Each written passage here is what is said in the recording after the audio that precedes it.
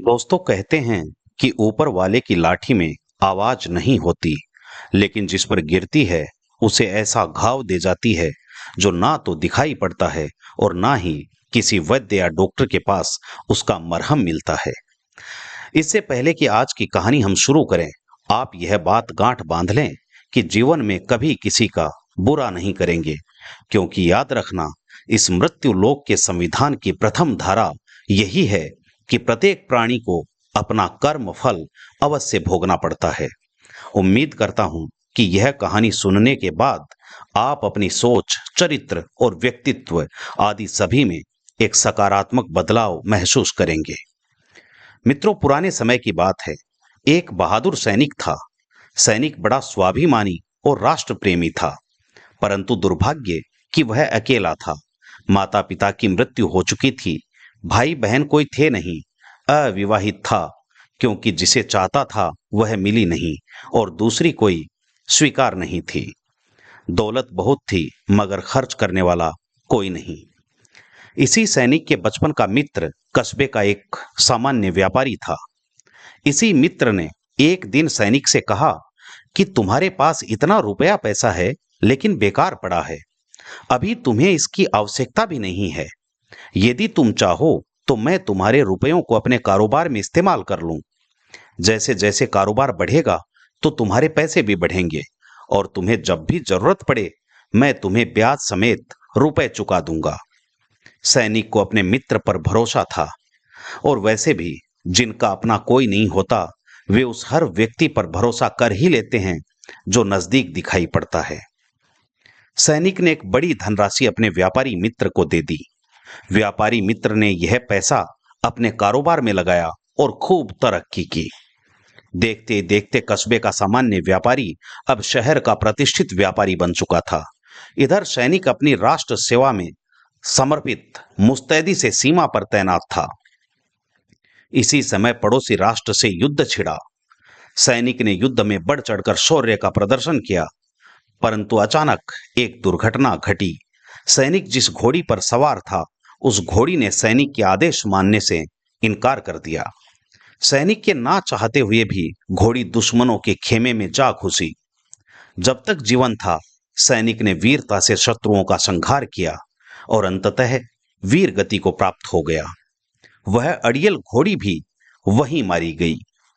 सैनिक की शहादत का समाचार सुनते ही उसका व्यापारी मित्र खुशी से झूम उठा और सोचने लगा कि अब मुझे सैनिक के रुपए नहीं लौटाने पड़ेंगे, और वैसे भी उसका कोई वारिस तो है नहीं, इसलिए कोई मुझसे रुपए मांगने भी नहीं आएगा। कुछ समय बाद व्यापारी को पुत्र की प्राप्ति हुई। पुत्र पाकर व्यापारी की खुशी का कोई ठिकाना नहीं रहा। खूब खुशियां बांटी गई और खुले दिल से रुपए खर्च किए गए। व्यापारी ने अपने पुत्र को अच्छी शिक्षा दिलवाई। पढ़ लिख कर जब बेटा जवान हुआ तो एक खूबसूरत लड़की से उसका विवाह कर दिया गया। घर में बहू आने से व्यापारी की खुशी दो गुनी हो गई। परंतु मित्रों, भला हो चाहे बुरा, समय कभी एक जैसा नहीं रहता। परिवर्तन ही सृष्टि का नियम है। व्यापारी की खुशहाल जिंदगी में तबाही का मंजर आने वाला था। एक दिन अचानक उसका बेटा बीमार पड़ गया। व्यापारी ने प्रत्येक प्रतिष्ठित वैद्य, हकीम, डॉक्टर्स आदि से उसका इलाज करवाया, परंतु परिणाम शून्य रहा। लड़के की हालत दिन ब दिन बद से बदतर होती जा रही थी, और अंततः एक दिन डॉक्टर ने कह दिया कि आपका बेटा अब कुछ ही दिनों का मेहमान रह गया है, इसलिए इसे घर ले जाकर जो आपसे बन पड़े वह सेवा पानी करो।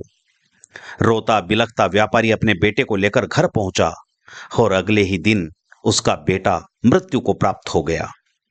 व्यापारी पर दुख का पहाड़ टूट पड़ा था। घर में सभी का रो रो कर बुरा हाल हो रहा था। अड़ोस पड़ोस के लोग भी अपने आंसू नहीं रोक पा रहे थे। तभी वहां एक साधु महात्मा आते हैं। साधु ने रोते बिलखते व्यापारी से दुख का कारण जानना चाहा, तो लोगों ने बताया कि इनका जवान बेटा चल बसा। महात्मा बोले कि हे व्यापारी, उस दिन तो तुम बड़े खुश हुए थे जब सैनिक मित्र की मृत्यु हुई थी। उसका उधार पैसा वापस नहीं चुकाना पड़ेगा, इस खुशी में तुम्हारे घर में घी के दिए जले थे। और हाँ, उस दिन भी बड़े खुश थे जब घर में बेटा पैदा हुआ था। बहुत खर्चा भी किया था तुमने। व्यापारी बोला कि हे महात्मा, घर में पुत्र का जन्म होने पर कौन खुश नहीं होता। इसमें मैंने क्या गलत किया? साधु लगातार बोले जा रहे थे। कहा कि बेटे के विवाह में भी खुशी में फूले नहीं समा रहे थे तुम। घर में बहू देखकर तो तुम्हारे आनंद का कोई ठिकाना ही नहीं रहा था। फिर आज इतने दुखी क्यों हो रहे हो? व्यापारी ने कहा कि तुम कैसे महात्मा हो? अरे, खुशी के अवसर पर कौन खुश नहीं होगा? और जिसका बेटा अकाल मृत्यु का शिकार हो जाए वह रोएगा नहीं तो और क्या करेगा? महात्मा जी बोले, हे व्यापारी, यह सब तुम्हारे ही कर्मों का फल है जो तुम्हें अवश्य ही भोगना था। अच्छा हुआ कि इसी जन्म में तुमने अपने कर्मों का हिसाब चुकता कर दिया, नहीं तो पता नहीं इनके लिए तुम्हें और कितने जन्म लेने पड़ते। व्यापारी बोला, मैं समझा नहीं, आप कहना क्या चाहते हैं? महात्मा जी शांत भाव से बोले कि हे व्यापारी, वह सैनिक जिससे तुमने रुपए उधार लिए थे वही तुम्हारे घर में बेटा बनकर अपना कर्ज वसूल करने आया था। उसके जन्म से लेकर उसकी मृत्यु तक तुमने उस पर इतना खर्चा कर दिया कि आज उसका संपूर्ण कर्ज ब्याज समेत चुकता हो गया और इसलिए वह तुम्हें सदा सदा के लिए छोड़कर चला गया। व्यापारी बोला, हे महात्मा, यदि आपकी बात सत्य भी है तो यह बताओ कि मेरी पुत्र वधू का क्या दोष था? उसका तो 1 महीने पहले ही विवाह हुआ था। भरी जवानी में इसकी मांग उजड़ गई। इसके साथ यह धोखा क्यों हुआ? महात्मा जी शांत भाव से बोले कि हे व्यापारी, तुम्हारी यह पुत्र वधू पूर्व जन्म में वही घोड़ी थी जिसने उस सैनिक को धोखे से शत्रुओं के खेमे में पहुंचा दिया था। इसी के कारण वह सैनिक भरी जवानी में मृत्यु को प्राप्त हुआ था और इसीलिए इसे भी वह भरी जवानी में अकेली छोड़कर चला गया। दोस्तों, यह कहानी हमें संदेश देती है कि मन, वचन और कर्म से कभी भी किसी से छल कपट या धोखा नहीं करना चाहिए।